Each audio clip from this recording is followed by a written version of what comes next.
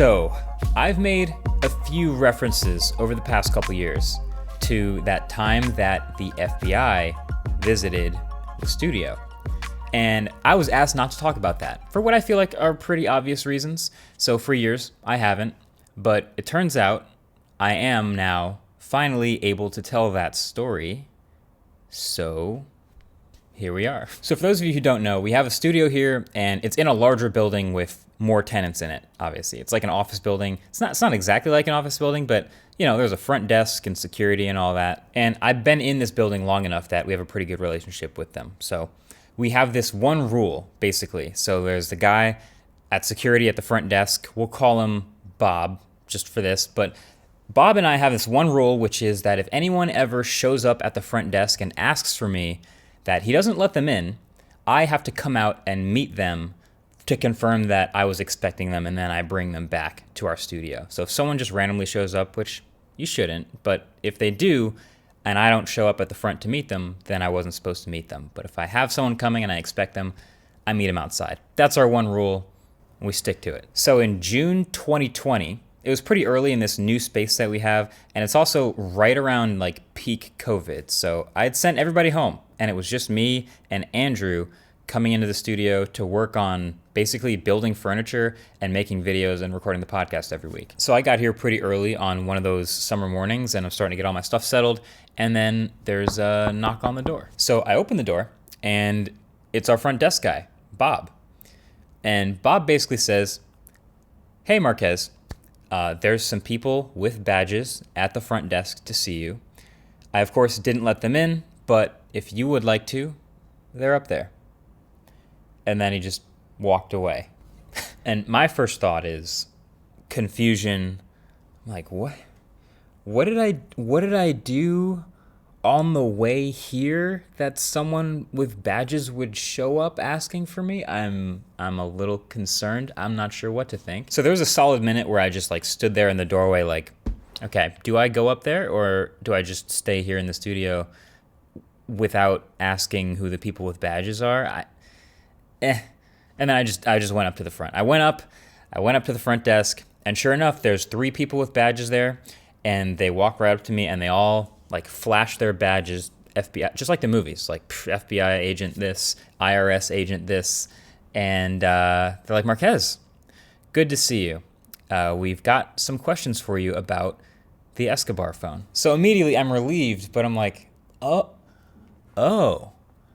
the Escobar phone. Oh. Because see, a few months earlier, I had published a video about the Escobar fold. If you guys haven't seen that video, basically the story goes there's this company parading around and selling this $400 gold folding phone, which they're going to use to destroy Apple and Samsung. And they had these insane marketing campaigns and all this. But really what they were doing, as I uncovered in my video, was covering Samsung Galaxy Folds cheaply with like gold stickers and then shipping them to YouTubers and people who they believe would talk about it positively, and then not shipping any of the other orders from regular people or the audiences that watch those videos. Those people were getting scammed out of their money. And honestly, in hindsight, I don't know how they thought they were going to get away with this. Like, it felt pretty obvious to me, but you know, eventually their whole plan backfired when I made a video about the entire thing. So now fast forward a couple months, and it actually makes sense that the FBI and the IRS are interested. I didn't realize they were just gonna show up one day, but here we are. But you know, shout out to Bob at the front desk for sticking to our rule. Even though he probably had a bunch of people like flash FBI badges at him, he stuck to our rule, and that was great. So I appreciate that. But yeah, so I came out, I brought them back to our spot, and they basically then had a bunch of questions about that video and the process of dealing with that company in any way, like any and all communications that I had with them, any email I'd ever sent or received from them ever. They wanted everything. And actually, it was funny, another tidbit is Andrew at the time had just started running the business email account here, and when they were asking, like, has anybody else on your team possibly ever been in email communication with this company? And I was like, I think Andrew might have. And Andrew just had arrived at the studio and walked up to the front door of our spot. And so I go, hey, come in. And, first thing he sees is like me in an empty studio with a bunch of people in suits, like waving him over. So he has a pretty funny alternate perspective on this story. So the FBI actually took the half-peeled Escobar fold and the scratched gold iPhone from my videos as evidence in the case. They literally asked for them and took them away. They put them in sealed plastic bags that said evidence on them, which is why I said at the end of the Smartphone Awards that year. Also, honorable mention to the Escobar Fold 2, which I also don't have on this desk because it is in the possession of the FBI. Someday I'll be able to tell that story. So as they're leaving, they've asked me all the questions. As the FBI and IRS people are leaving, they're like, hey, don't talk about this at all publicly, please. And I'm like, yo, of course, yeah. No, obviously, you're the FBI. Of course, I'm not going to talk about it. I don't want to interfere with the investigation in any way. But also, when could I talk about it? How long do you think before I am allowed to? And they said, we'll let you know. So I've been biting my tongue for years, not talking about it, hinting at it a little bit, but not anything too serious. But since then, a lot of the dominoes have started to fall. At first, when the scam was happening, PayPal stopped working with them, so they'd switched to this only non-refundable direct transfer thing with Klarna, and then they stopped working with them too, and then eventually the whole operation starts falling down. And the guy at the head of it, named Olaf Gustafsson, this guy finally ends up getting arrested and going to prison in Spain for fraud and money laundering and a bunch of other things, basically for everything that I talked about in those videos. So I've been holding on to this, not really knowing, okay, is it cool now that he's behind bars to talk about it? So we actually reached back out to those same FBI agents because they left their cards. And they're like, oh yeah, no, it's cool now to talk about it. You're totally fine. So there unfortunately is no footage of any of this incident.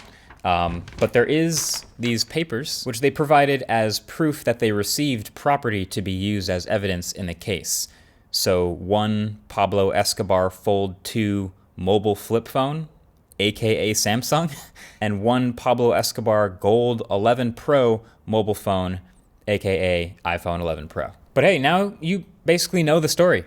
Yeah, pretty serious business out here making videos about phones sometimes, Apparently also, if this guy, Olaf, ever does get charged in the United States, then it's very likely my videos would show up somewhere in those court documents, which is crazy. And also the phones that they took may show up as evidence. But yeah, I do want to get back into a little more of the more investigative, deep dive type of videos. Obviously, the giant scams don't happen very often, thankfully, in the tech world, but still, they are fascinating stories when they do. And by the way, that's not the only encounter that we've had with the FBI in running this YouTube channel, but that's another story for another day. But hey, if you want more fun stories like this one, let me know in the comments. But also, the latest episode, the bonus episode of the Waveform podcast is just stories like this one from the past couple years at the studio. A whole story time episode. It's fun. So go over there and subscribe and watch that. But yeah, that's basically it. Thanks for watching. Catch you guys in the next one. Peace. It's a story of how I became a villain. For at least 24 hours, I was hated. A couple weeks, I would say. Yeah. Oh, really? A couple weeks. Well, because the video had to come out. Hang on here for a second. I'm gonna go get him. I literally wait there with all my bags and stuff, and this guy disappears into this booth, comes back out with another guy. He goes, "Hi, oh, good to meet you," and he's filming me now. Okay. Oh no. So now he's filming me. A couple weeks later, I log into YouTube, and everyone on Twitter is like, "Why is Marquez such a jerk?"